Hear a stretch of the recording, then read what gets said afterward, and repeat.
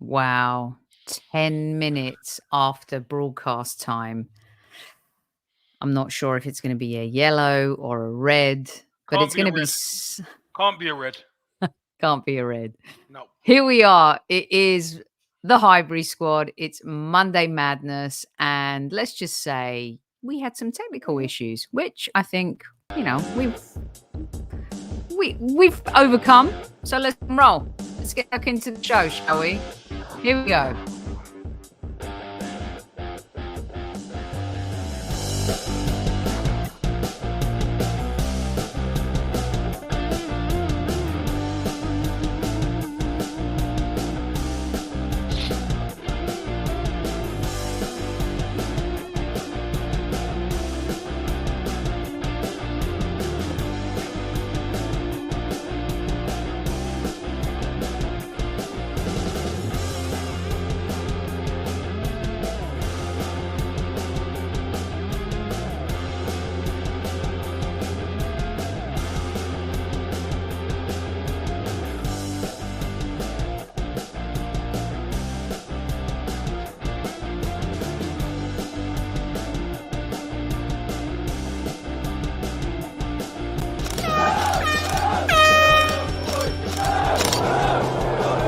Mind the gap between the train and the platform.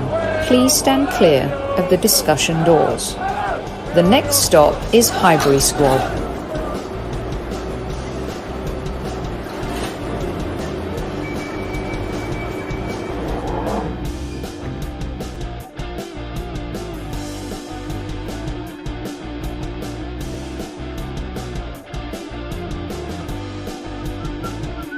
Good morning, good afternoon, good evening, kalimera, kalispera, kalinifta, no matter where in this wild, wacky and wonderful world you might be. Thank you for making the Highbury Squad part of your day. Wow, talk about technical bugs everywhere on a Monday.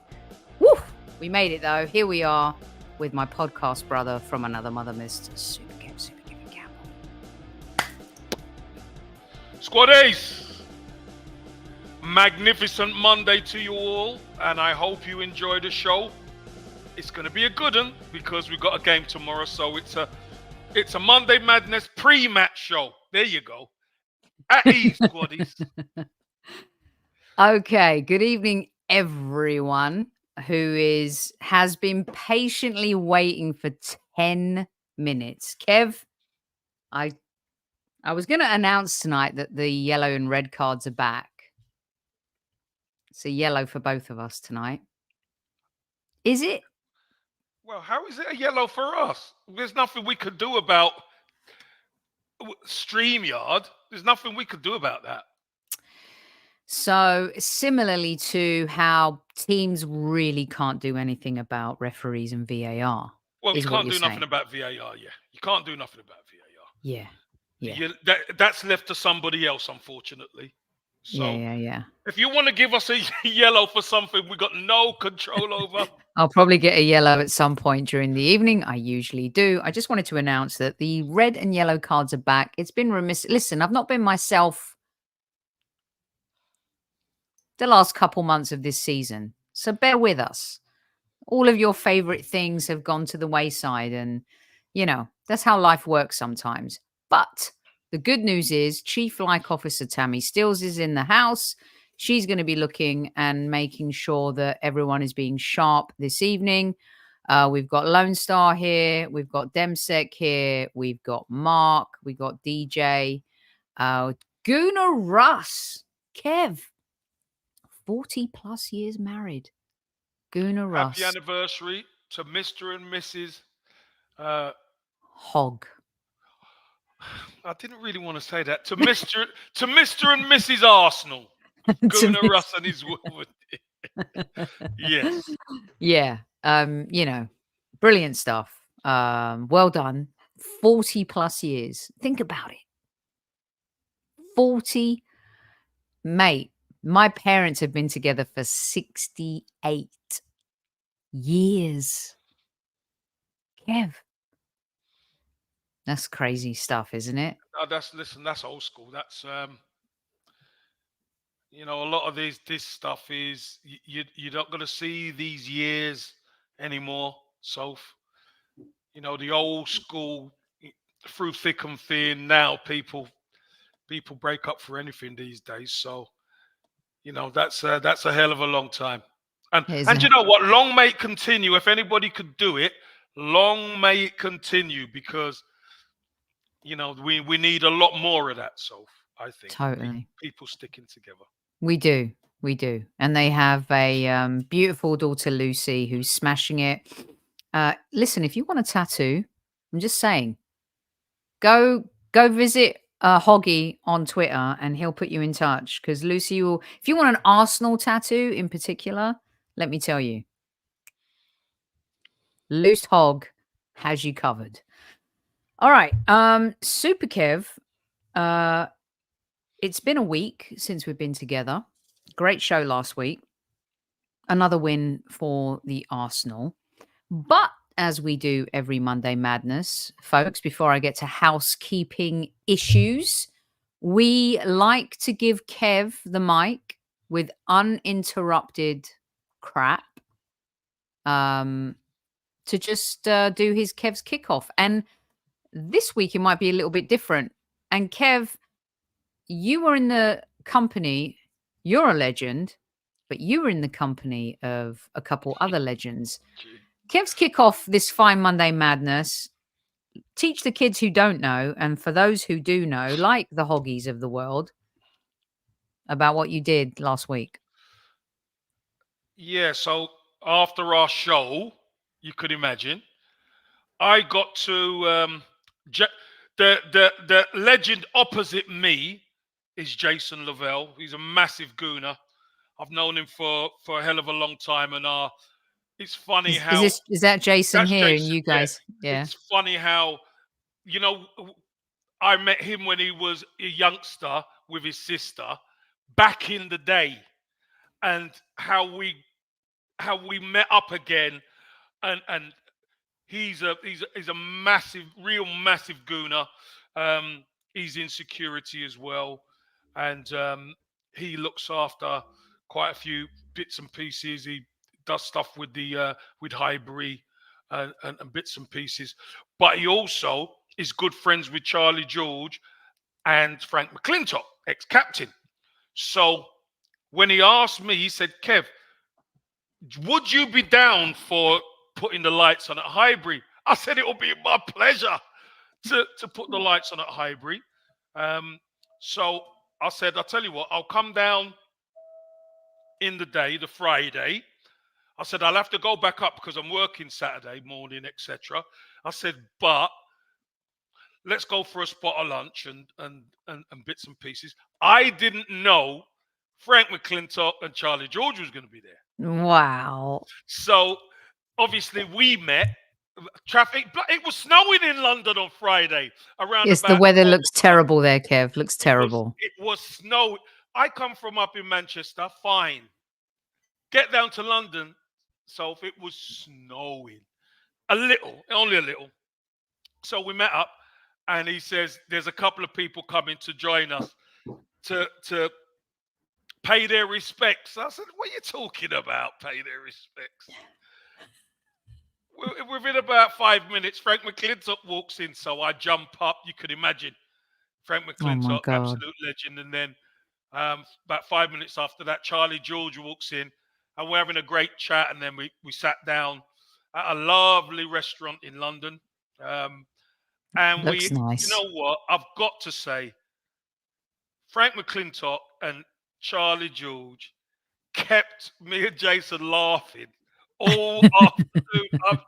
Some of the stories that they were coming up with, because obviously these guys, they went through an era. I just got the back end of that era a little bit, you know, 80s. I got the bit of the 80s, the back end of the 80s kind of thing. These were 60s, 70s, and 80s, these guys. And Charlie George is a right one. He's a proper gooner, he is, I'll tell you.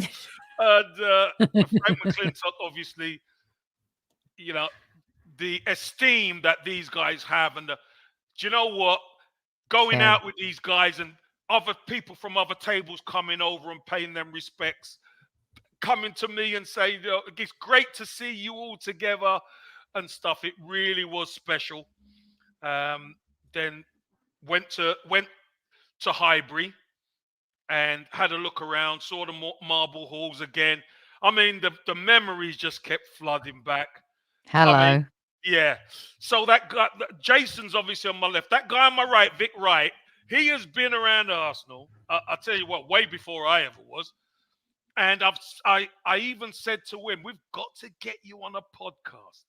Because do you remember I mentioned to you, Sophie, about Big Mitch on the corner used to do the programs. Who's him and Mitch are good pals. Yeah, we've been trying to get him on. Yeah. Yeah.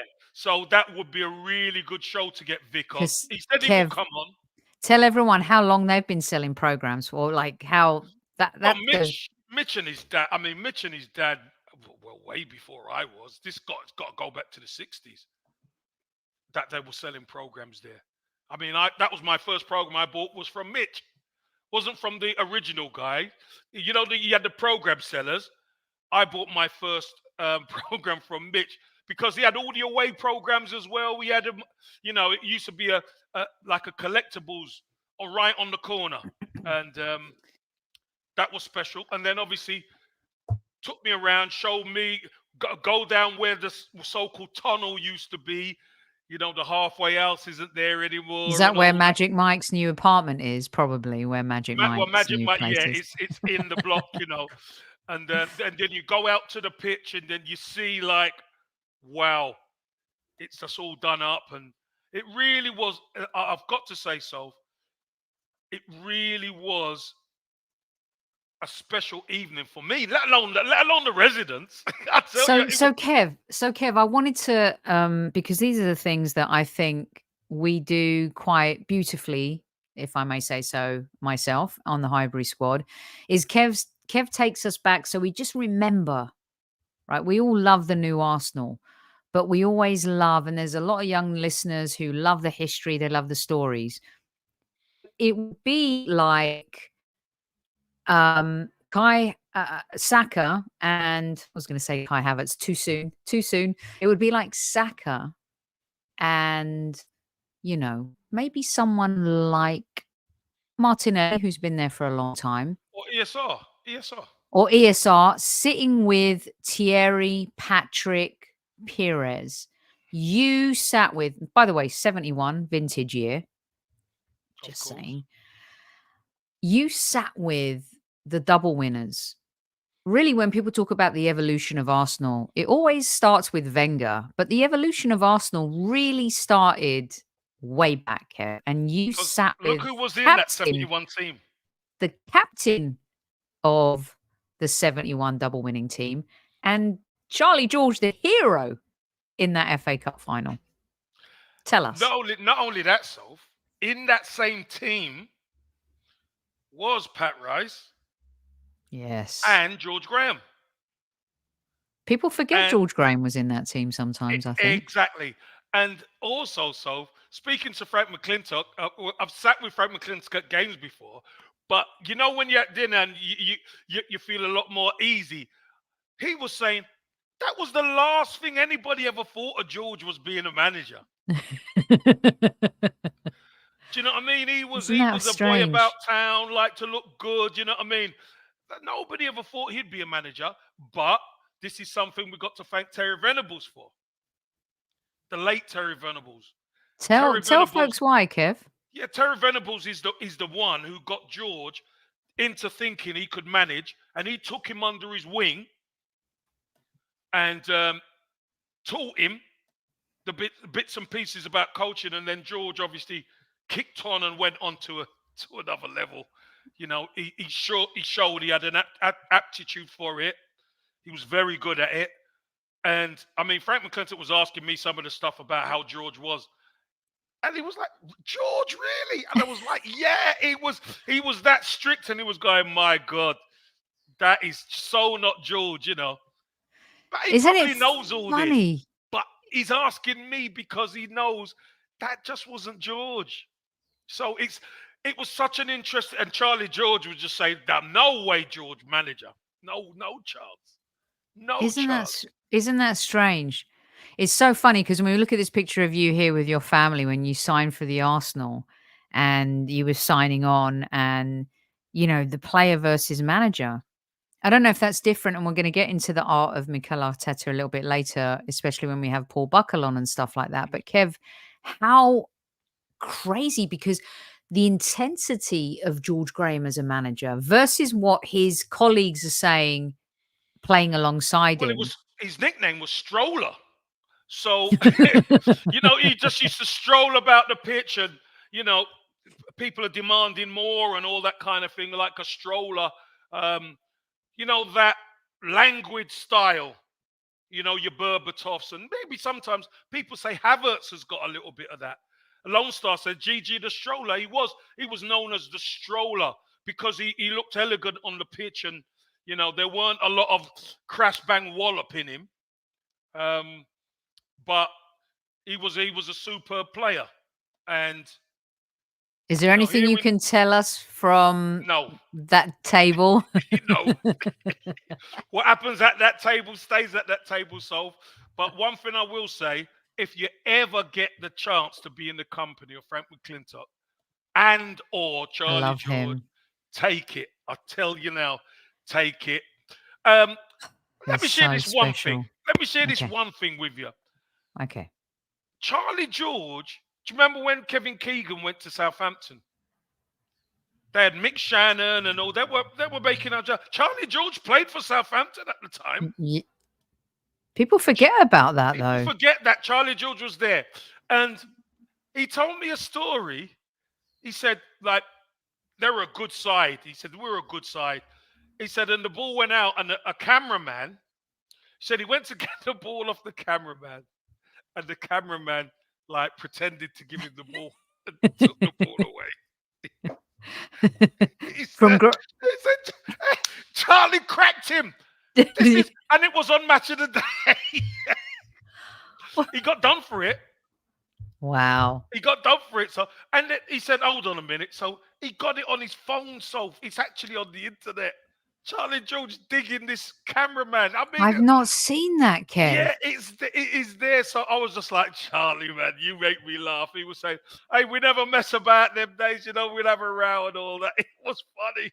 Brilliant. So brilliant. Yeah. So brilliant. That's when you could have a fight, I suppose, on the pitch. That's when you could have a fight. Someone wrote in here, I'd like to know this. T-Power. Who paid, Kev? Well, I could tell you this I much. know who paid. I know. No, I could tell you this much. It wasn't Charlie. It wasn't Frank, and it wasn't me. Jason got the bill. Jason, what a fella. Jason got the bill. He said, listen, that's the last thing. He said, that's the last thing I'm going to ask you guys to do. But he sorted out the turning on the lights, etc. And by the way, the residents at Highbury, did they love it, Kev? Were fantastic, honestly. Everyone from the elders to the little children had a lovely time there with them for a couple of hours. And then I even got to go with Jason and Vic, actually. We went to the Gunners pub because I've not seen all the work that's gone on at the Gunners pub. It's amazing what they've done there, isn't it? Great job there, went in. And even the owner came in, found out I was in, and he came in, Omar, and spent a little bit of time in there. And then I had to get the last train solved. So as I was working. So it was a lovely, lovely day all round. I love this picture so much. I love really nice. Kev, when I was first starting out in you guys know how the Highbury Squad works now. We do like 15-20 minutes of talk before we talk football. When I was first starting out in broadcasting, I was working at 20th Century Fox, and I was dipping my toe in broadcasting in the 90s. And there was a show, I don't know if anyone remembers it, but it was on Sky Sports, and it was late at night, and it was a phone-in show, and Frank McClintock was on the show. Yeah, that's right. Yeah. Do you remember that show? Yeah, I remember. I think we even spoke about it at the table. Did you? Yeah, we spoke about, because Frank used to do quite a bit of He did. He was TV on and all Sky that. a lot early Yeah, he on. used to do quite a bit of it, you know. Yeah. And he was just telling us some of the stories what used to go on in the background, some of the callers that they couldn't let on. So I called one night because I couldn't take it because he's one of my I love him. I love him because people in the community in North London that I know had met him. And now I know, like one of my cousins knows one of his sons. And, you know, to me, the ultimate goal has always been to get Frank McClintock on this show. He is I love him. I can't even begin to tell you how much I love him. And he's an amazing human being as Man, well. yeah. So I called Sky Sports that night, and he was doing a show. I can't remember what the game was. It may have been a Liverpool game. But Kev, how classy does Frank always look? Dude, he is. I know George Graham got the look and the slick when he became the manager, but Frank McClintock is the James Bond of the Arsenal. To me, that dude. And so he called up, he's wearing the high neck polo. He's talking about the Gunners. And I had to call up and I was like, listen, I don't even know if I want to talk football with you right now, but you're one of the coolest footballers on the planet. I'm an Arsenal fan. You are the James Bond of Arsenal. And he loved it. And we went on this riff and stuff like that. But just to sit at a table, I always say, like, my film industry background, when you sit at the table with certain people and you just go with the stories and they go, and it's just a beautiful conversation, Kev. I can only imagine that with Frank McClintock there. I've never met Charlie George, never spoken to Charlie George, but wow, that's Arsenal history. Right there. And Charlie was a Gooner, grew up a Gooner, born in the area. Obviously, was on the terraces way before I was. You know what I mean? It was incredible to hear his stories and how he got scouted and got coming through the ranks and the different managers, who he rated, who he didn't. And Charlie's not one to hold back. Let me tell you, he would tell you how it is. It was eye opening. It really was, but it was so genuine and it was special. I really did. Tammy's, you're right. You're on Sky Sports. It was. Yeah, it was. It was. It Really was was a great. special. If as Funky Fridays go, It was pretty funky. It was pretty funky. Okay, so is there one anecdote of what's happening right now at the Arsenal that you can share that legends like Charlie George and Frank said? Are they loving what they're seeing, Kev? Yeah, they're loving it. They like the recruitment. They want the team to get a bit more ruthless, obviously, but we've discussed that before. The team are starting to show more prowess attacking, if we're honest, especially in the last couple of games. But they're like fans who just want Arsenal to win. They want Arsenal to win it all, just like us. And they're enjoying the journey. They're really enjoying the journey. So, all right, this is pretty cool because I love that opening, and it's really important to have context sometimes when we have football conversations. You know, you could go back to managers working out and not, and we're going to get to the game and what we saw against Wolves. Our special guest, Paul Buckle, ex-Luton Town manager, is going to join us in a few minutes to talk about the game tomorrow night. Mm-hmm. And as a manager and player with Kev, I want to get into their brains about Mikel Arteta a little bit as well. And, you know, history matters, Kev. And I think Arsenal are a football club where history is not only relevant, but prevalent. And that's a difference. So there you are sitting at a table, right? The young Super Kevin Campbell, who wore the badge, scored tons of goals, made memories, won European trophies, won the league, won the FA Cup with double winners. This to me is so special. This is what our club does. This is what I want our club to continue to do. And I do think that Mikel Arteta understands the history of our club and what it means, right? Mm-hmm. So when we talk about managers and You go to Sir Alex Ferguson in the 80s, Kev, you can tell everyone. Started off terribly. They wanted to fire him. They stuck with him, right?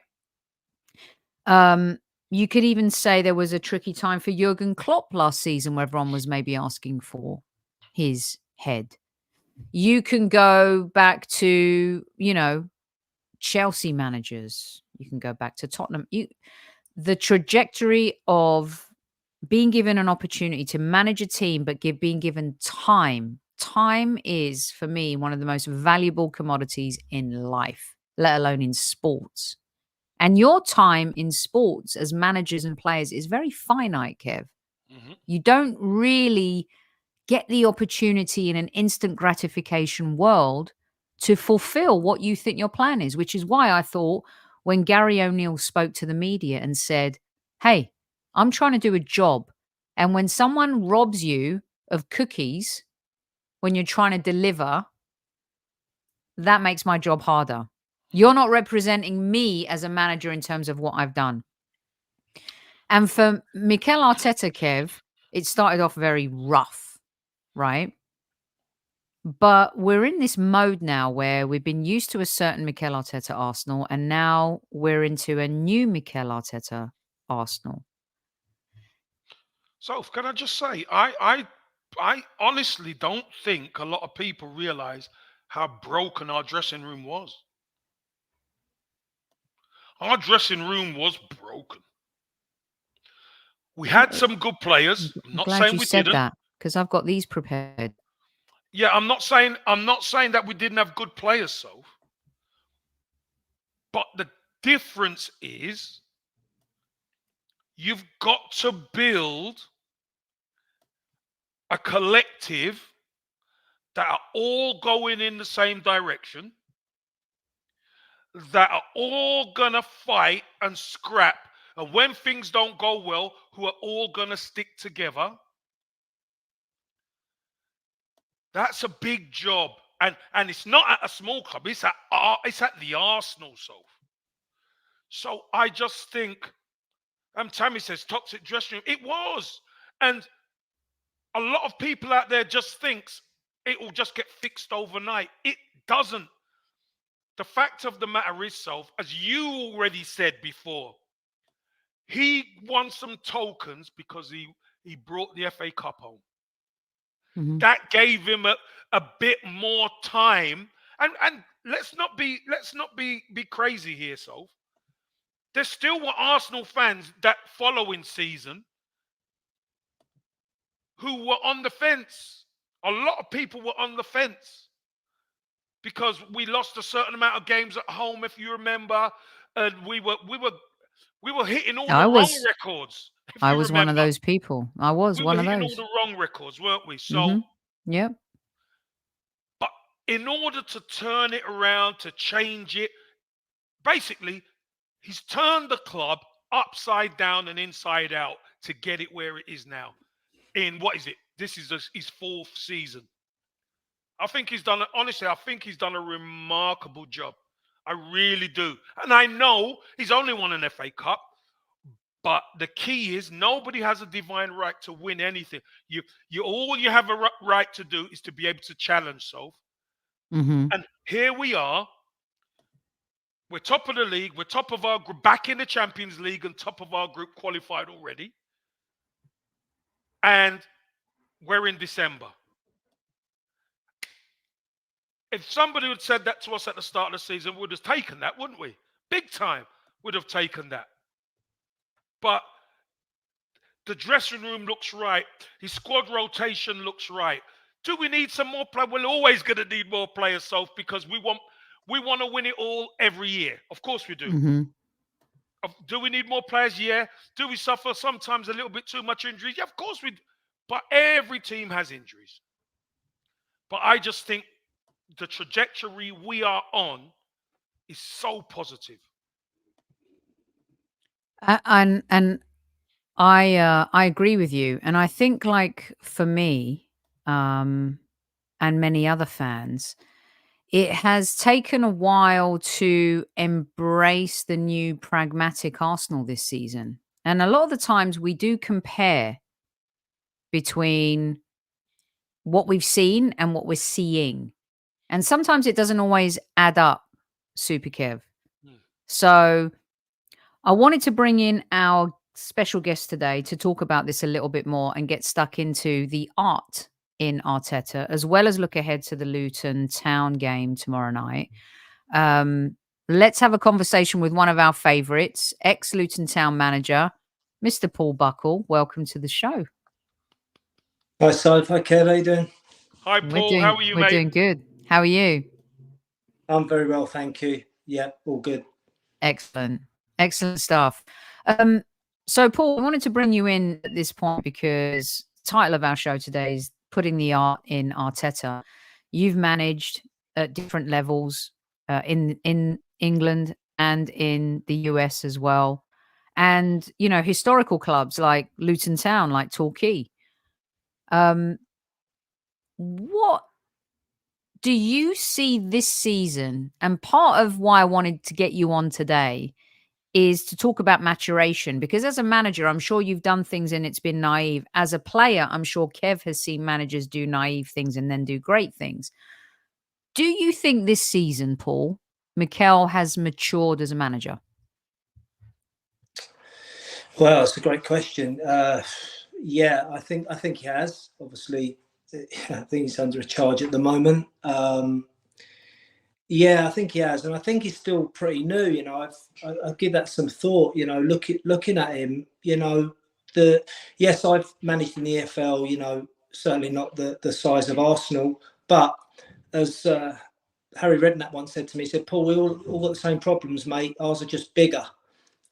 So you know, you're coming up with stuff against you all the time, whether it's during the week. Players getting injured, man managing, press, maybe press trying to catch you out, questions, then the game, the tactics. There's so much going on. I would imagine that Mikel is facing new stuff all the time, and he's dealing with it. But you'd have to say, I think all Arsenal fans, and certainly I think the Arsenal squad and Mikel would have taken this position right now where they are, you know, especially the away form as well, you know, with clean sheets and being difficult to break down. And at the moment, you know, managing the team, you'd have to say he's doing very well, especially with the goalkeepers. But yeah, I do think he's maturing, and he will mature. And I think he'll go on to be a top manager. Paul, could you just let the squaddies know how difficult it is to change a culture? You know, you've been in at clubs and there's been toxic dressing rooms before, or toxic players that make the dressing room toxic type of thing. Could you just let people know how difficult it is to actually change that and turn that around? Oh, it's incredibly difficult. You have to have completely different skill sets, Kev. You know, when you're going into jobs, they're all different. They're all very different. No job's the same. I've taken over 2 clubs that have been relegated. And that's not easy. That's a completely different situation to taking over Torquay, where there's no players, as I spoke before. There's no players there. There's no staff. So you can create that culture immediately. The clock's always ticking when you're a manager. So you have to be aware of that. And you need results. You're going to need results straight away. But culture is a huge thing. And I think where Mikel's concerned, I think the disappointment of last year, they seem to have recovered really quickly, Kev, you know, from that to then be back up at the top, maybe sort a couple of things out that they needed to do, and then to kick on. But it's very difficult. You know, I said to Chris Coleman once on a pro license, or the A license, whatever it was. I said, can I have some of your time? Because I was a real young manager.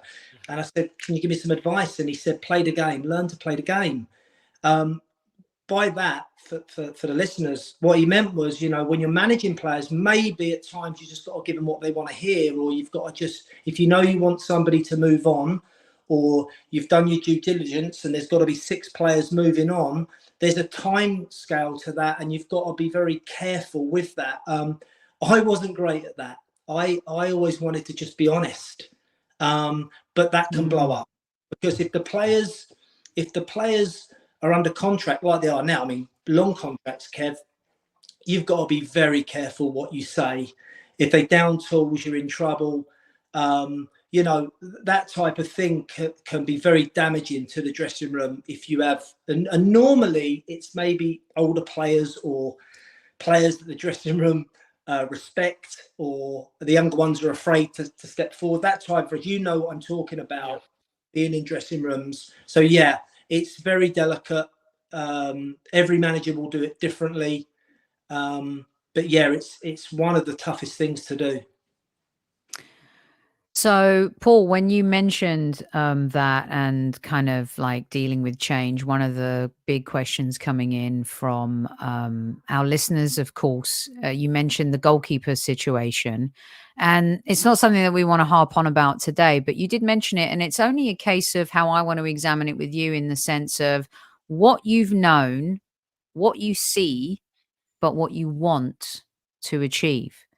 And I know that you, particularly, especially as an England fan, are a fan of Ramsdale, and you have been a fan of Ramsdale. But the listeners kind of sent a few messages saying, can you have Paul explain what he means about the goalkeeper situation? Because, of course, you know, we had Aaron's dad on our show.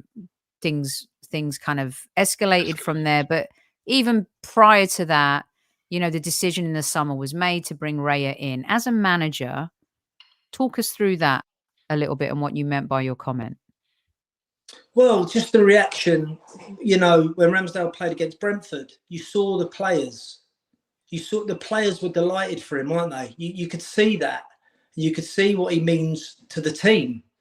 And they can feel what he's been going through.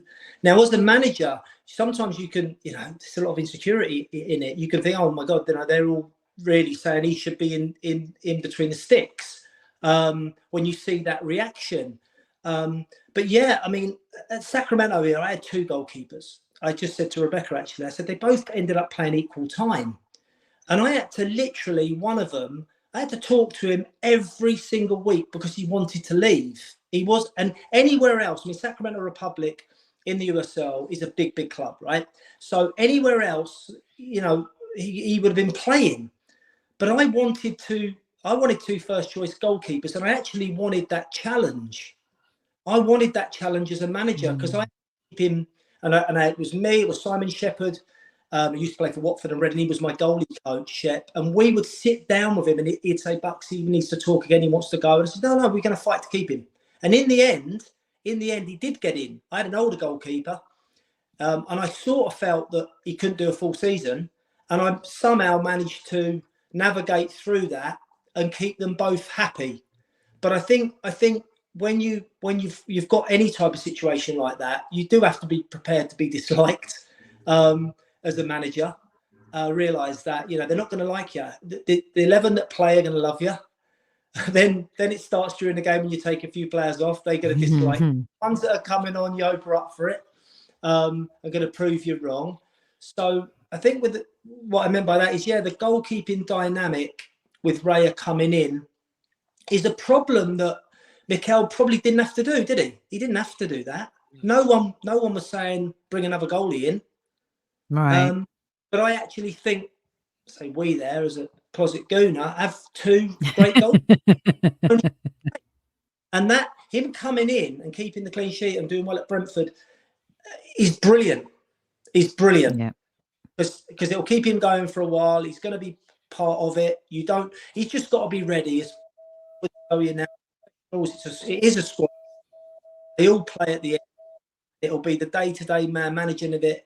And if Aaron can really stay focused and be ready. And also on the flip side with David, you know, if he's left out, he's got to fight, you know, and you're looking for that resilience in the players. They're going to need everything, Arsenal, if they're going to do it. Yeah. It's amazing, isn't it, Kev? It's so right. When you look at the Liverpool teams, the City teams, even the Man United Fergie teams, Hunger. it was a squad, and that's what we wanted to get past last season, is beyond the 11, because all we did was complain about beyond our 11. We're weak. We've got a weak bench, and small incremental improvements, as Gunnar says, are a huge difference for team support, team's performance. What I wanted to get stuck into with you guys is this. As an Arsenal fan, and I wanted to position this to a gaffer and a player, right? So for a lot of the first few games of the season, as a fan, I found myself saying, oh, God. I'm not saying a little bit like Tottenham or other teams, but it's like when Conte and Mourinho took over. Oh, it's boring this year. Oh, it's so boring. What are we even playing? What am I looking at? The stark contrast to last season in terms of how we started, how we went front foot. So what I wanted my first subject matter with you guys tonight is control, because I've started to embrace the pragmatic Arsenal. I've started to let go of the 3-0 up against Tottenham at half-time. Boring Arsenal. I want it back. It's a familiar sound, Kev. I want it back. So, Paul, I want it back. I do. I want it back because if we're boring and we're just winning games and 1-0 to the Arsenal, I'll take it because that shows you can win ugly. And if you want to win the title or you want to go close, you've got to be able to win ugly. Winning ugly is beautiful. Winning ugly is beautiful sometimes. Our team is proving that they do have those characteristics now. Yeah. Winning ugly is beautiful. I think obviously you're right, Kev. You know, as a professional, you don't care how you win. In the end, I don't think you do. You know if it's been ugly and not pretty, but then there's that resilience and all of those different qualities that you're going to need, especially going to Kenilworth Road. And that's no disrespect there, but we've already seen Liverpool come unstuck, drop points, Palace, you know, maybe with the wrong attitude, I don't know, approach. So you're going to need to be dogged. You're not going to be able to play well every week. And absolutely, you know, those games probably do in the end win you the title. They're not shown again, are they? They're not shown anywhere on the highlights at the glamour of the end of a Premier League season. But you would know the ones where you've, you know, dug in. Even the weekend, you know, the Wolves, that could have easily ended up a draw, couldn't it? You know, when Arsenal missed so many chances. That's happened to me a number of times. You've been on top. The team's not known how to behave at, you know, oh my God, it's 2-1. We should be clear here. Yeah. It's having that mentality then, as Kev's on about, is see it out. See it out. Do what you got to do. It don't matter now. Nothing stupid. Like the goal that Arsenal conceded, you know, getting it stolen off us in the 18-yard box. No more of that. No more stupid giveaways. Can go a long way to winning the title.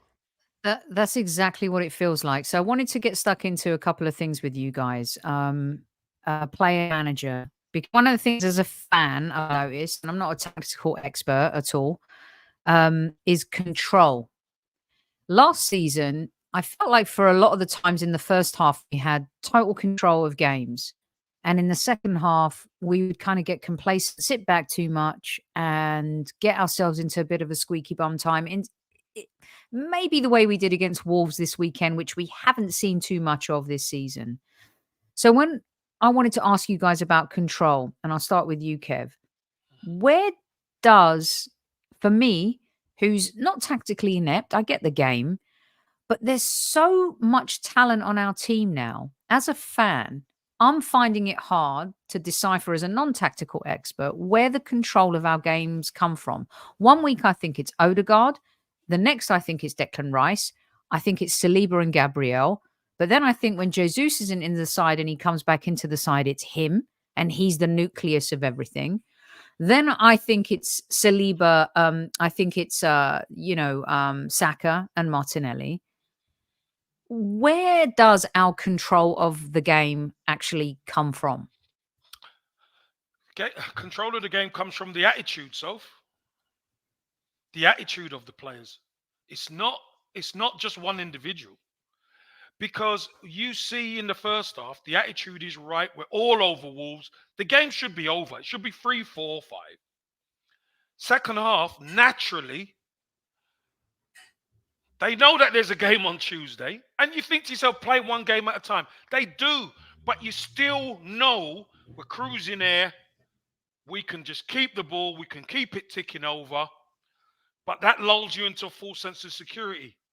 And we've said it before, Soph, where We want us to be ruthless. We want us to go and get 3, 4, 5. But in order to do that, sometimes players don't want to take the risk. And then when you do that, you don't take the risk, and then you make a silly mistake. And it does get a little bit nervy, but I didn't think Wolves were ever going to score. But that has caught us out against Fulham this season, hasn't it? Just that attitude has caught us out against Fulham. Sometimes we get a little bit better. I think having Declan Rice in there, he sweeps up as good as anybody in the league or in world football in front of a back four where he can protect. But sometimes we're going to get that. But you know what? I think it's learned behavior.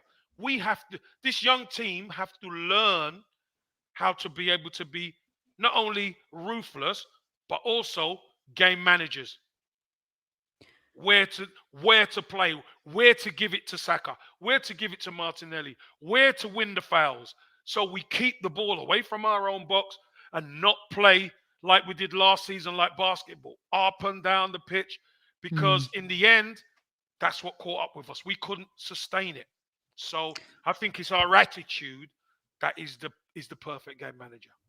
Okay, so to swing it to Paul with your comments, but also Paul, when you're in total control of the game, like we have been this season in instances, and definitely against Wolves, with total control of the game, but then a masterful player who has really got the buy-in of the manager and has been sensational. But as a manager, I want you to take me into the brain when he does have the tendency to make mistakes, but mistakes that also lead to goals. But yet his genius allows you to control the game in the manner in which you do. How do you handle that? Well, it's trust. You know, Mikel's got to trust the players. Going back to the original question, I think it's the decision making of the manager, the decisions the players make on the field, and it's a tough one at 2-1 up. When you should be clear, stick or twist is, and it'll be really difficult, I would imagine, again for Arsenal, because they're so attacking and that's their ethos. They want to go and score goals. They want to dominate possession. But I don't know if the team, Kev, is capable or wants to just sit off, right, and break, because look at the pace as well that Arsenal have.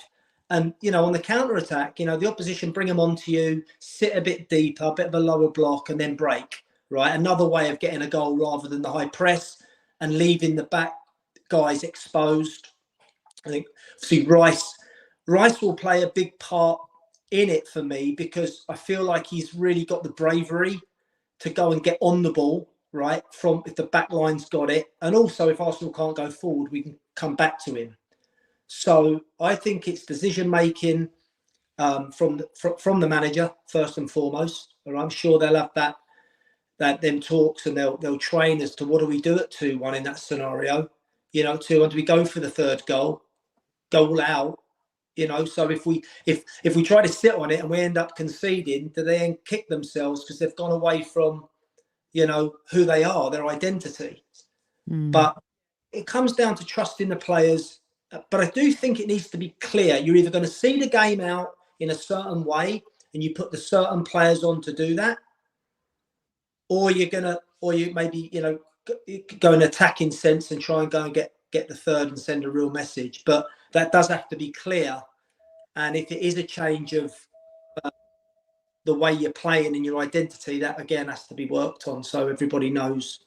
You know, I'm sure, Kev, you would have, when you played, you're 1-0 up, you would have probably known with 20 to go or 15 that, you know, Georgia will ever be making certain substitutions to see it out, right, as a rule. And they got you. He'll make sure the opposition don't get another chance, but you get another chance to finish the game. Obviously, you know, he'll let the front four go. Your two midfielders will just sit there, protect.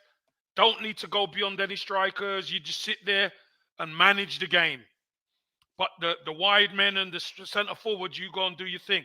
And you said something right there, Paul. After it went 2-1, We then click into gear, go up the other end, and that's where Erdegaard put Eddie through, and Eddie hit the post when really he should have scored.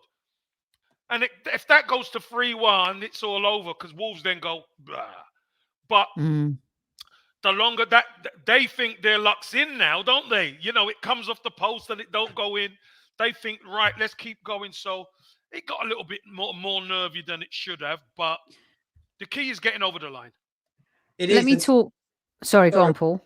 No, go on, mate. City, you know, ahead. There's certain managers, you know, your Mourinho's and people like that, never happen as a rule. He's just part of the bus, do whatever he's got to do. But again, they've still got that mentality to go and get the next goal. And Pepper probably tell you over a season, that's worked for him. It'd be very interesting to see the behaviours of the Arsenal team this season because it's going to happen again as to what they do. But, you know, they might reflect and say, look, you know, we did see it out. We know what to do. And again, Rice being there, I think in the heart of the midfield, as Kev says, it reminded me of being at Brentford as a young player in the first team and playing with Keith Jones. You might remember Jones. Jonesy, and then there's me, bushy-tailed 18-year-old bombing on, you know, with about 10 minutes to go, when like in his eye, I said, "Where are you going?" You know what I mean? Play behind the ball. Sit here. Yeah.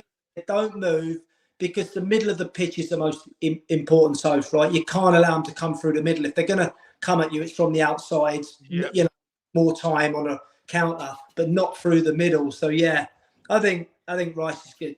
He's a massive signing where on these sort of we're talking about now.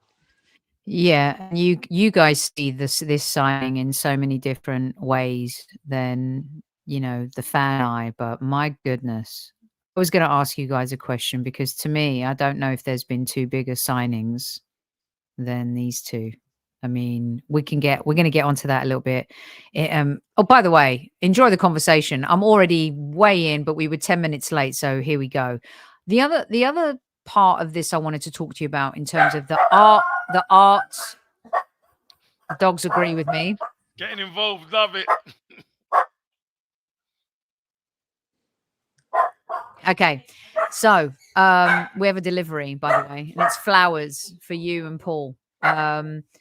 So the other thing that I wanted to talk about in terms of putting the art in Arteta is dedication.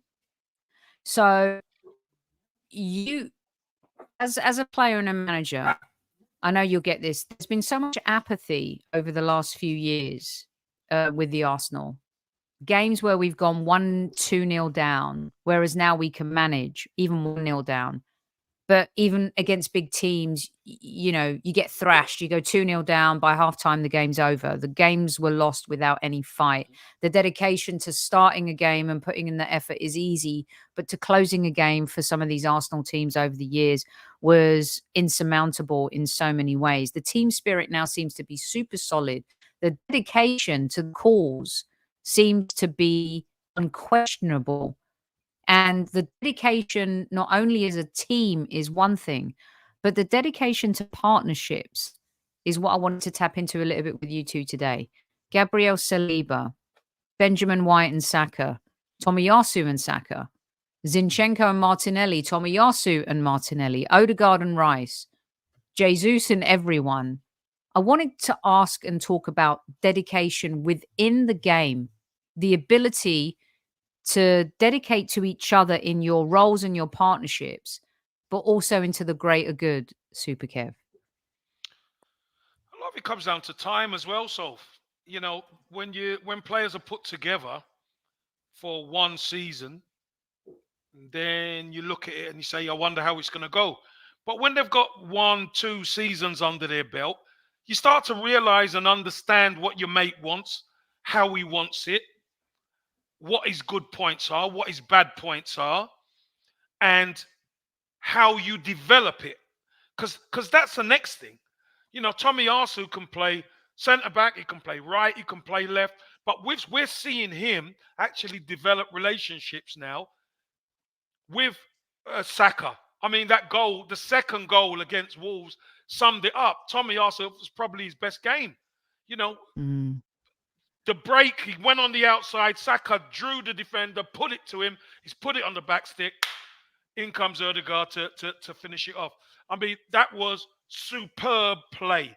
Now, normally we don't really see that much offense from Tomiyasu, but he's getting a run in the team. He feels confident. He's playing with Bukayo Saka. But we've seen Tomiyasu play on the left, and we've seen Tomiyasu actually move into that midfield area and play really well in there as well. So we know Ben White could do the job. He's played centre-half this season, and he's played right back. We know he can do the job. We know Zinchenko could play that left back, inverted into midfield. We know he's very good at that. But I think the more these players play together, Declan Rice sitting in front, Saliba, Gabriel, that partnership wasn't the same at the start of the season. Why? Because we didn't have Zinchenko. I think, Thomas Partey played that inverted right back at the time, but we still got over the line. So I knew we drew against Fulham and we let the 2-1 lead slip, and that was the wake-up call for us. As Paul said, you've got to learn from these mistakes. We have learned, but all around the pitch, Jesus, he's back. He's playing. He was out earlier on this season. He's getting that. When Jesus plays well, you tend to find Saka and Martinelli play well. Ødegaard starts playing well. Havertz is starting to score goals and look a lot better. And that's really because we got a glue guy at the top end of the pitch. Someone who could get hold of the ball and really cause some problems and bring others into the game. I think Jesus is so important to what we do. Paul, as a manager, dedication is probably one of the top 3 things that you ask for. Someone wrote to me and said, Soph, I think you mean understanding more than dedication. I said, no.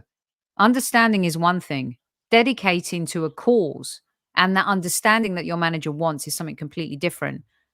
The owners, I think, provided dedication to the manager, to Edu. They gave themselves, after the protests and everything, the owners gave themselves to Arteta and they gave the keys to the kingdom to him and Edu, and they said, go do this thing. As a manager, talk us through what that means, not only on the pitch, but off the pitch, when you are accountable for the success, Paul. Oh, well, it's massive, and it's an obsession.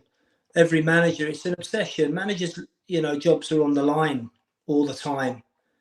And you can see that. I think you can see that in Mikel. He's obsessed. You're going to need to be obsessed to win the title, to win anything at all. Managers and players go through their whole careers not winning anything. So, good managers, great players. So I think there is an obsession creeping into this Arsenal team. And Kevin answered it really well in terms of the relationships on the field, the expectation. You can get on with players off the field, but you do need to at times fall out on the field, and they do need to feel you, And I think if now in the modern game, if you've got a wide striker or winger and the fullback, there's an expectation that when you're bombing on, you expect your fullback to be overlapping, underlapping, and likewise, on the return side of that, if I'm being taken on now as a fullback, I'm expecting Kev to be back helping me out and stopping it, right, doing the ugly side of it as well. So I think the expectation starts to creep in once you get the understanding, the chemistry with us. And once things start to work, you think, all right, this works now. We keep doing this. This is working. And then if you're on the side, Soph, watching it as a manager, you can see it. You almost don't have to do anything. Must be a beautiful thing. The balance of the team is so important, as Kev said. When you're trying to play players out of position, which has happened a few times, right, and round pegs in square holes, it's difficult. It's very difficult. There's a lot going on there, not just on the field, off the field, conversations. When you start to get it settled down, it settles down off the field as well. And with the backing that Mikel's got off the field, that's really important to him and for the players to see that and feel that. And I think if Arsenal can win it, they could go on. I'm not getting too far ahead of myself, but when you get that settled team and they all know their jobs, and you've got really adequate backups. You're taking a player off, bringing a player on, just like we got in the goalkeeper situation. Then it becomes a great chemistry, a really, really great chemistry. So yeah, it's all those things Kev said, and you do start to see it as a manager. I'm sure Mikel will be seeing a lot with his staff and saying, when they go in the analysis room on a Monday and say, yeah, we don't need to change that now. That's in stone. We just got to add here and here, maybe personnel. I don't know. Paul, just to add real quick, 2 seconds, how much as a manager as well for you, do the owners play a role in this spot from the dedication to results and everything? Like, we've seen him be super supported by the owners. How big of a role does that play? Well, again, not managed at the level we're talking about, but all I can say is like if you're backed as a manager, it makes you feel $1 million. So you're a human being. We all know. I mean, Kev will tell you when he was confident going into a game, there's probably no stopping him.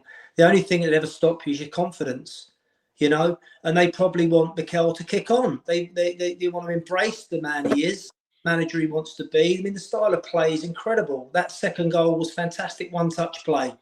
Very difficult to do and execute. And Arsenal were very close with Mikel to tick in every single box. Winning and entertaining. It's not always easy, that. So I think it's huge in answer to your question that you supported, because also the players feel that, and then they'll kick on. If there was going to be any problems, they can't lean on that or use that against you. Everyone's kicking on forward, and that's the chemistry from the top to right through to the players.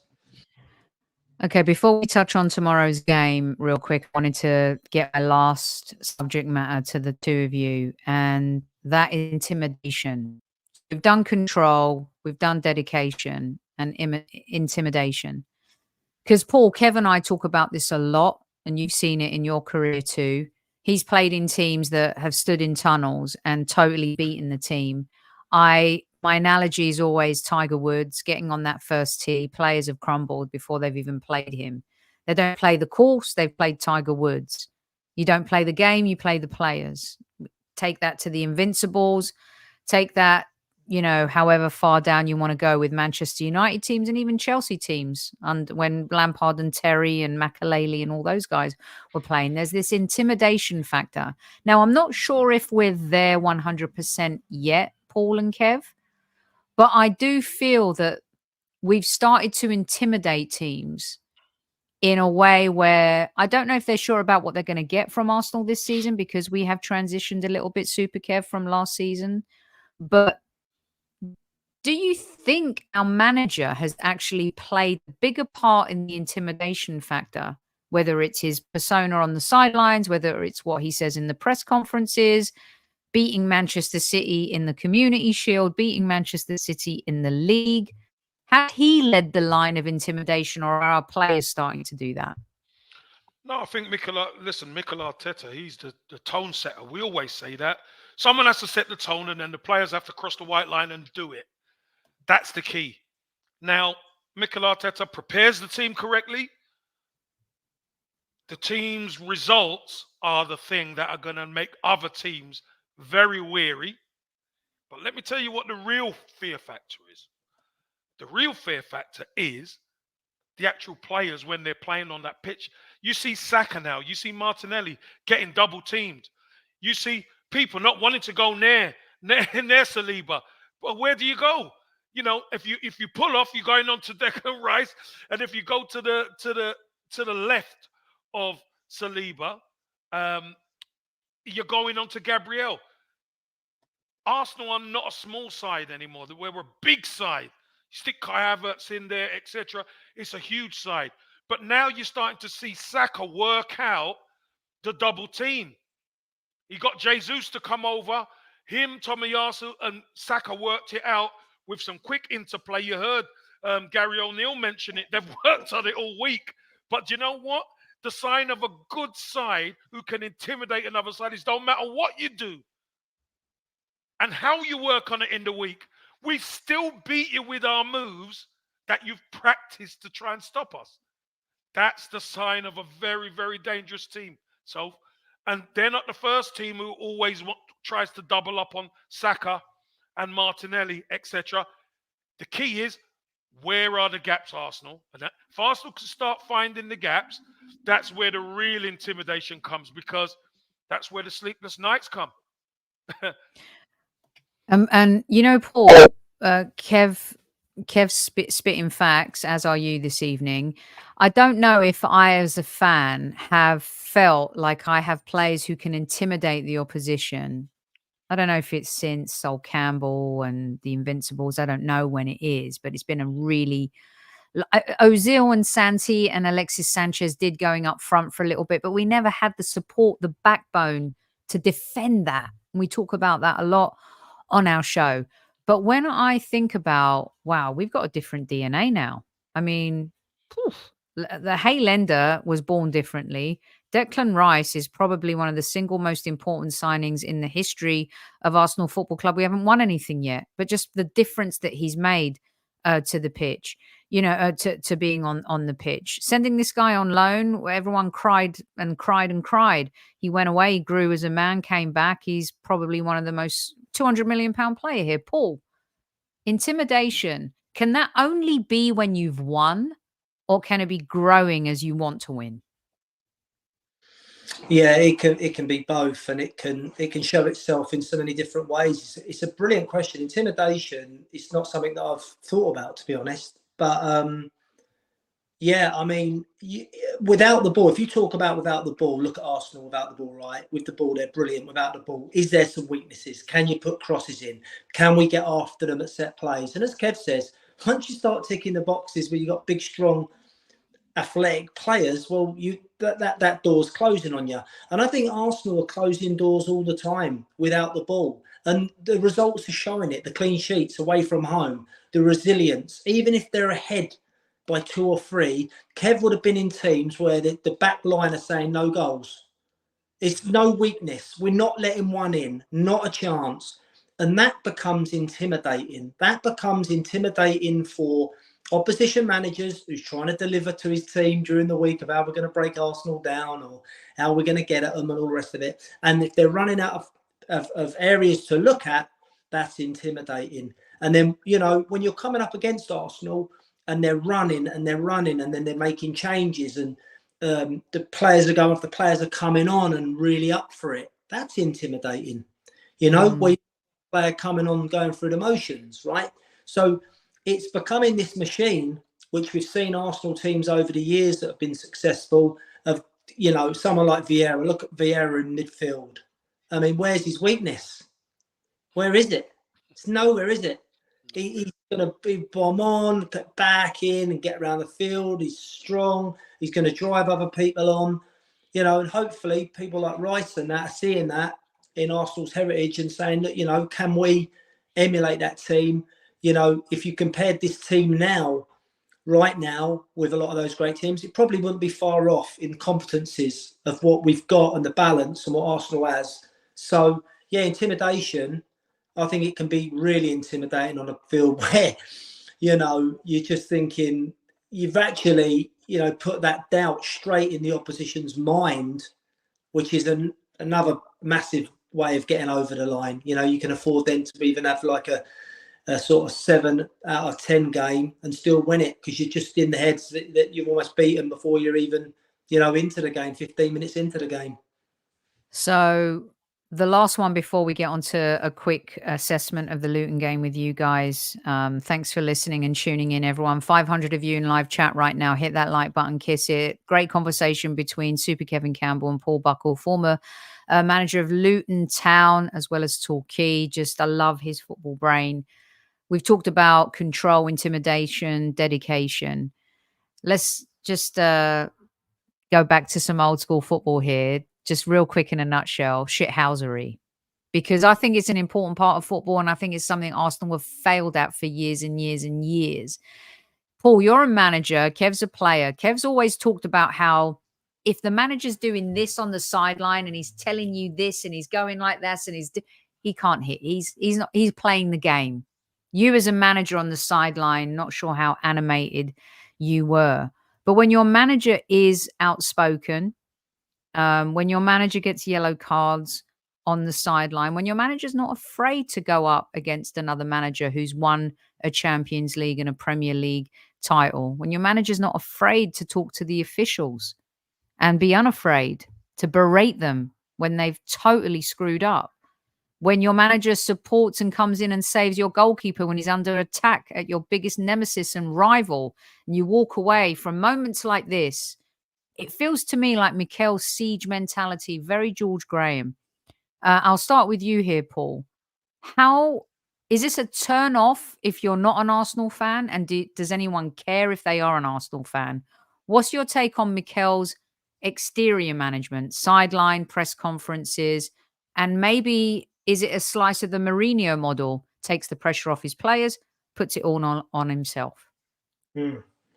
I think he's authentic. I think he's being himself. I think that's the first thing, because players will see through stuff if you're not.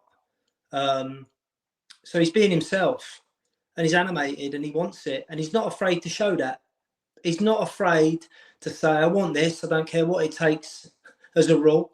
I want it, and I care. And I tell you what, if you like that, you're then believable. Because if you want to, kick off in the dressing room, then it's coming from a great place. It's not personal. It's just, it means something. He wants to win the title. And he's showing it. And not the bits that we don't see, I would imagine the training ground would be electric. If you're going to win something, normally the training field is the place where the players are really competing. I think that's another really interesting part of if you're going to win something as a player or a manager. And I was again joking with Rebecca before I come on. I got fined £1,000, which is a lot of money, by the way, back then. Was at Northampton away. The bus broke down. We were half an hour late. The Northampton fans are not very nice. They were beautiful. We had about 15 minutes to get ready, come out and played the best game of the season. We were unreal, which incredible. Went 2-0 up. So we're going for the playoffs. And long story short, they got one back. If I see it through, he put 7 minutes on the clock. Look at me. I'm calling him he already, you see, gone into angry mode, which is normal now for the minutes. And they scored last kick. It was almost like he just was waiting for them to score. I've just gone straight on the pitch. I've literally, heads are gone, Kev, right? Steam coming out, Paul. Him. Absolutely took it brilliantly, sorted him. Weren't happy with that. Stormed off. Then went back in with the players. Had a go at Chris Robertson, the centre half, for being too naive or something. Then I thought, I'll go back and have some more. Went back in the referee. Oh no! I tell you what, it felt brilliant at the time, but on reflection, and I don't know if I shared this before, Kevin, at the start of the season, all the managers get called up to see the referees talk. That's right. Yeah. I think I get it. And massive screen. I'm sitting there, and I'm like, oh my god, there's this manager in a dodgy jacket running on the pitch after the game at Northampton, and this is basically what you shouldn't be doing as the manager, everyone. Yeah. Right? They didn't even tell me, but afterwards you do think, oh, what did I do that for? But actually, it's part of it.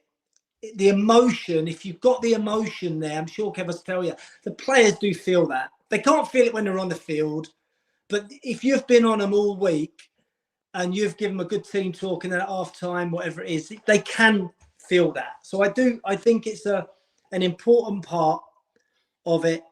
I'm not sure Mikel will miss a grand. I did, but it's an important part, and I just think he's been himself. Kev? Look, Mikel is who he is. He's passionate. I think that's one of the things that the players actually love about him, and that's one of the things Arsenal fans love about him. Do you remember Arsene Wenger used to get a bit of stick because he used to sit down there a bit too much, Soph, and be a bit too cool. Now we've got a manager who's kicking every ball, he's fighting for the team, he's slaughter VAR, he'll slaughter referees, because you know what? It's better off his chest than him carrying it around with him. It really is. And I've got no problem with him doing it. And I know many Arsenal fans who's got no problem with him doing it. I think it rubs the other people up the wrong way, which they don't want our club to do anything anyway. So I'm cool with it. Do I believe Mikel Arteta will change? No, I don't want him to change. I want him to stick exactly how he is. He's been improving our football club from day one since he's come in.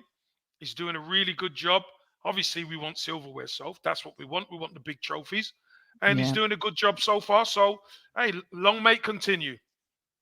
I think, sorry, Kev, if I just build on that for 1 second, I think, years ago, you used to have to be careful because you'd say, they'll get you back. They'll have me now. I'm going to be in trouble. And I think a couple of have had me in tight situations where it's their call, but now it's not their call no more.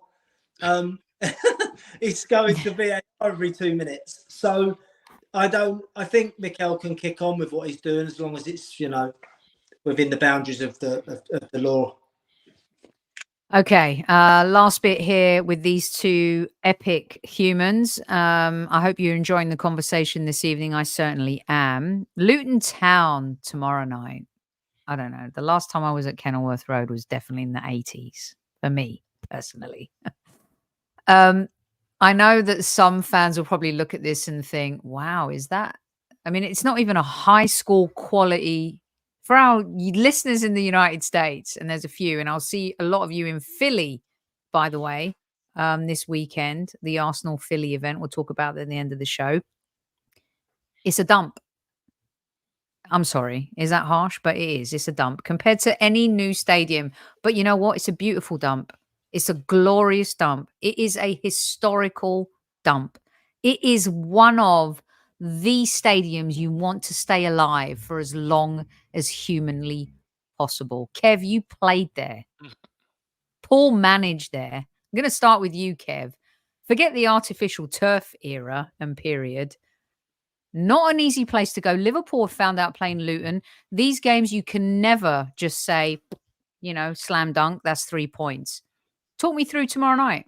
Let me tell you something, Sophie. And I'm sure Paul's going to get onto, he knows a lot more about it than I do. Let me just tell you something. This is the type of ground and the type of game that will test Arsenal's title credentials to the maximum, because it's not your favorite big stadium. It is a small stadium. It's personal. It's tight. And the home crowd get really up for it there. So what do you expect? Luton's going to be physical. They're going to play at a tempo. And they're going to try and make sure Arsenal cannot play the game that they want. So what do Arsenal have to do? Arsenal have to go there. We talked about having the right attitude, the right mentality, the dedication to play Soph, the partnerships.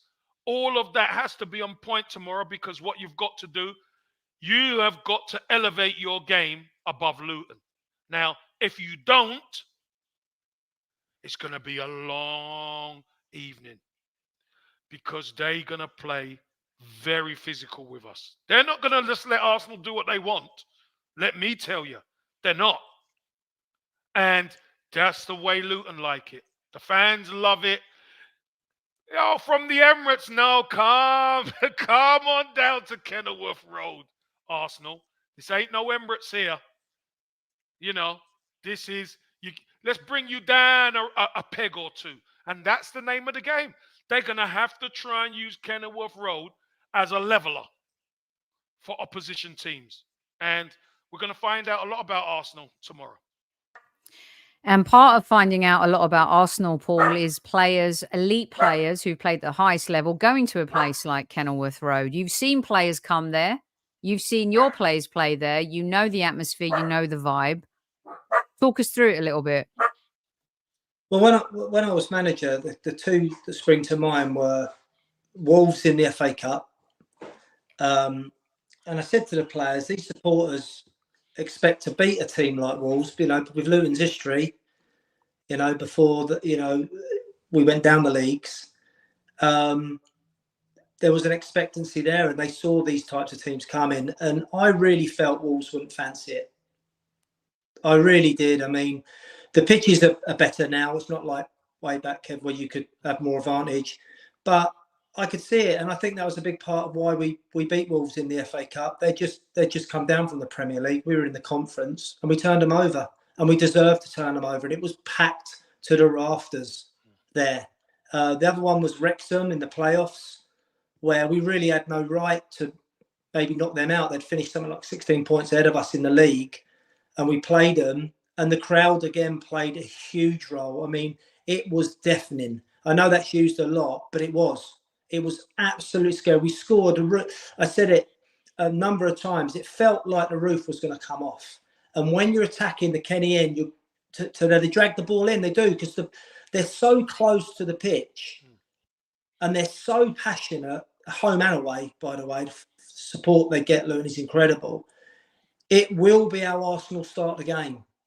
And it will be an intent, I'm sure, looking at what happened to Liverpool. Mikel can use that. It's always useful if you can use something like that, because sometimes you can say stuff and players, it'll be all right, it's going to be fine.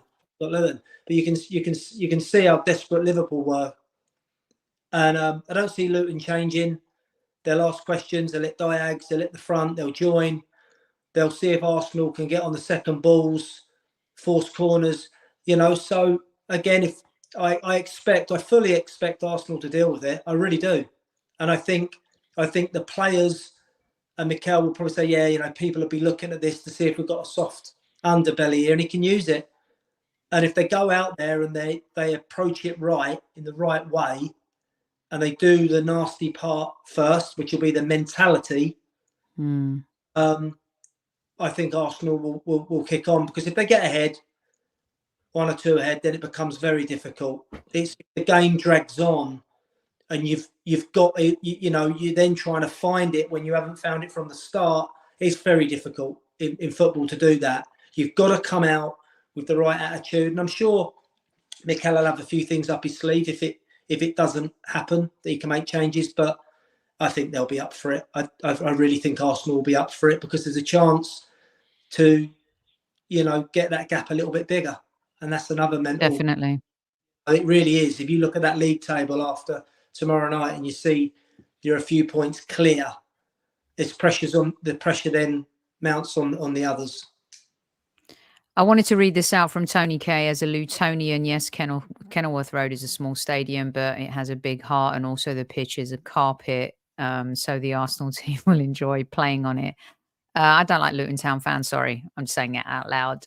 I don't like most opposing fans, but Luton Town fans, I tell you, they've got this arrogance about them. Woo! I hope we batter them. Did I say that out loud? Yes, I did. Sorry, Mr. Buckle, former ex-Luton Town manager. But, that's how it rolls.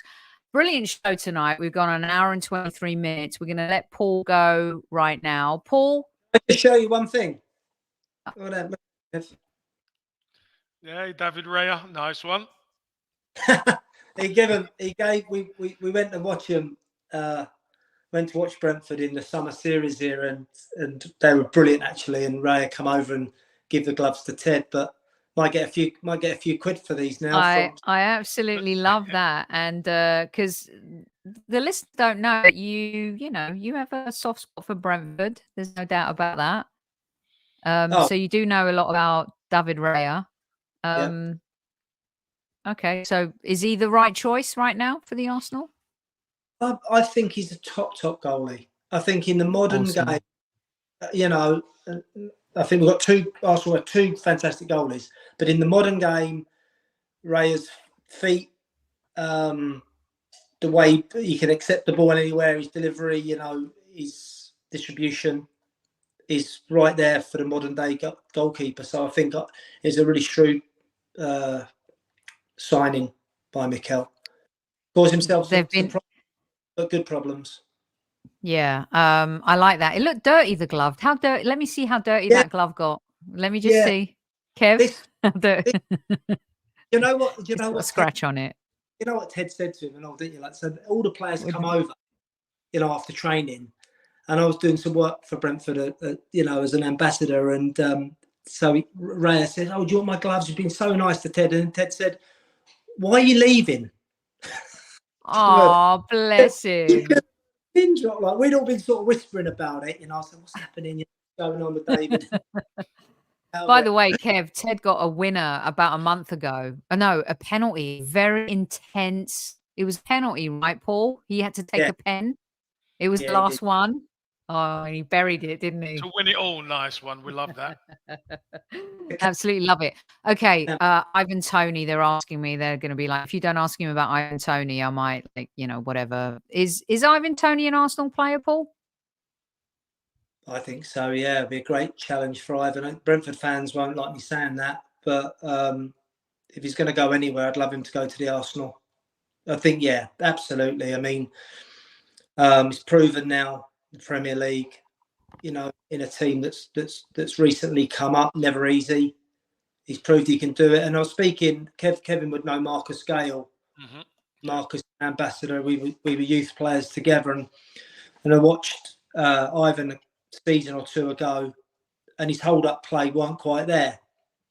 In our opinion, sort of thing. You're talking about the game, and because Gailey was great at that, by the way. If he played up front, and it's an important thing. It's a really important thing for any team. If it's going to stick. And now I think with Ivan, you're seeing, not only can he get in behind and dangerous in the box, but if that goes in now, he's able to hold it up and bring people into play. So I think he's really improved, and he would be a great signing.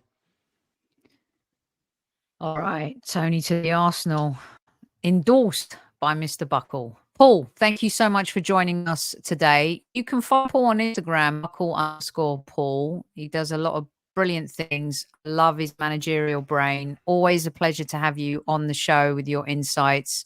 Super Kev, he rocks, doesn't he? 100%. Thanks, Paul. Say hi to Rebecca, Ted, everybody. We love you, mate. Give our love to Bex. Yes. Both. Thank you so much. Yeah, I'll send your love on. Yeah, definitely. Thanks, and by the way, you are looking very lean. Are you? Who? You're looking Mr. Buckle. You're looking very lean, mate. I hate the gym. I can't stand the gym, but I have gone back the last 3 weeks, Kev. But don't worry, I'm not making a comeback.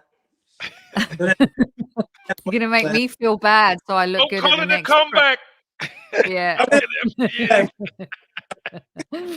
Excellent stuff, Paul. Take care. Give our love to Beck.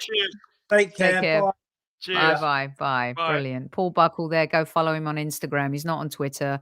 Buckle_Paul. Brilliant stuff, right, Kev? I love it. Yeah, 100%. Absolutely love it. Do you know what? Having that insight and being a manager just helps a bit, doesn't it? It helps in a different way.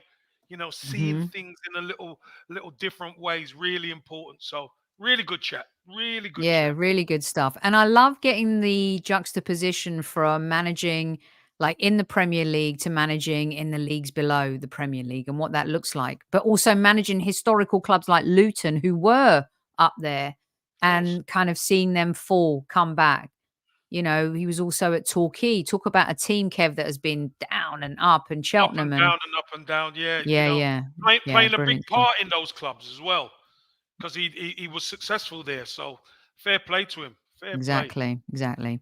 Kev, is there anything else you'd like to add to the squad? I'm doing an event in Philadelphia this weekend. Please come and join us at Arsenal Philly. Go to the X account or Twitter account, whatever they're calling it these days. David Hillier will be there talking to Arsenal Philly fans. Dave Seeger's book will be available to buy, Double to Invincible. Poorly drawn Arsenal at Can't Draw Arsenal. By the way, so now this is a celebration I could get behind with Saka. Kev, it was very Rodgers and Hammerstein, but I tell you, when you put the karate together with the old musical, I loved that celebration. Clicking of the heels. It was fantastic. Clicking of the heels. I love that. Listen, we could do with more of that, can't we? We could do with a lot more of that. We could. All right, we're giving you another hour and a half. Say happy birthday to Kevin Richardson. Thank you, as Kev, well. for reminding me. Yes. Yeah, What's Richo, 61? very Is it- unsung player from especially that 89 winning team who played such a big part in that season. And if you remember, John Barnes had the ball in the bottom corner, their right, our left. Kevin Richardson went hunting him down, took it off him, gave it back to Lukic. And then you got Lukic to Dixon, Dixon to Sweat. Then you got the whole thing. Kevin Richardson, what a guy. What a guy. Kev, you know, like the players like Kevin Richardson, Martin Hayes, Hmm. those players just totally under the radar, unsung heroes Yeah, all the time. unsung heroes. All the Yeah, time. very unsung heroes. But the people who know. Do you know what I mean? The people Yes. who know. Kevin Richardson Yeah. was so important to that team because Yeah. he'd won it. He'd done it before at Everton, and he was Such a I good think player. he was the only one who'd won a title in our squad. So At we that knew time. exactly. Yeah, in that. So he knew exactly what to do. Yeah. Brilliant stuff. We don't see him out in an about. He's not a player that is seen doing media. Quiet man. I don't Yeah. know what I couldn't tell you what he's doing. Yeah. At the moment, but I just wanted to say because you know what, I got on with him a lot, and a very, very good guy, good midfielder, demanding midfielder. Always wanted to improve. You always wanted to make you to improve. You get better. You know, so yeah, good guy. Brilliant stuff. Happy birthday to Kevin Richardson. Thank you to Paul Buckle for coming on. Thank you, squaddies, to you for listening. Look out for maybe another show coming this week. And I So will can I see also you. say? You can say whatever you want. You're Super Can I Kevin also Campbell. say, well done to the Arsenal for the black armbands for Megs Wilson. Okay, so I was going to do a whole little piece on that, and thank you for bringing it up because we were going to do a little thing, a message, but Kev, it was beautiful that they honored Meg. Acknowledge Megs. I mean, Will. Meg's was, you talk about, I tell you, I took it a little bit hard this weekend, if I'm being honest with you, because I remember that time we had Bob Wilson on the show, and Bob, technology, a little bit like when Nick first came on and Aaron was helping him with his, logging in and everything. Megs was there helping Bob and Unbelievable, wasn't she? making sure he was all right. And then we spoke for a little bit before the show, and what a woman, Super Kev, and how many lives Megs Wilson has affected. And affected in the right way, in such a positive way. I feel so powerless for Bob and the family because Megs was such a wonderful woman and a wonderful mother who played such a prominent part in all their lives. So, I really felt it for them, but I thought the Arsenal family really came together and they did the right thing, Kev. Acknowledged her beautifully. Really did. Yeah. And you're right. Seeing Bob Wilson at the game, it was probably the best tonic for him to go to a game, to be able to be there. Around family. He's around family, Yeah, exactly. Get the whole family, Arsenal family around him. Yeah. Exactly. It hit me because with what's going on with my mum right now, and seeing the posts from the boys and seeing the posts from it doesn't matter how old someone is, man, when they're a special person in your life, it's very, very difficult. The Willow Foundation will go on and live on, and the work that Megs and Sir Bob have done has just been unbelievable. So, our thoughts and condolences to the Wilsons, no doubt about that. And if you missed our episode, go check it out in our Legends collection on the site. It's a really beautiful conversation with Bob Wilson about football. He brought out a glove as well, but one that had a massive hole in it that he had to play in, week out. Oh, good stuff. Super Kev. That's all I've got. Thank you, everyone, for tuning in. another fine Monday Madness show. We give you a little extra on Monday because we're not available now during the week as much as we'd like to be, just because of all the different things going on. But I hope you enjoyed our 1 hour, 35-minute extravaganza. Super Kev, over to you. Squaddies, listen, we know R.I.P. Megs. We know there's a lot of loved ones who have passed. So that's why we always say, tell your loved ones you love them. Don't hold back. Honestly, please don't hold back. Let them know you love them, even if it's just a text or a quick call just to say I love you. It will make all the difference. Squaddies, we love you. We thank you all for joining us. Or if you're watching the show later, thanks for joining us.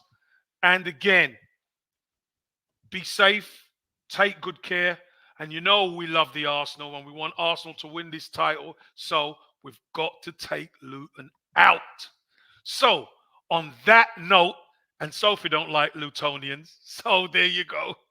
Anyway, at ease, Squaddies, all the very best, and at ease, Squaddies. Family who support Luton don't like them either much.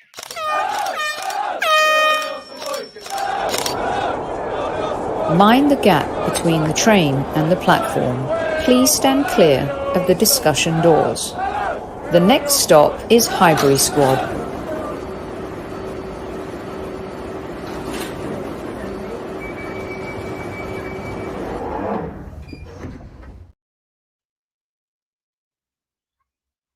Sure, fine.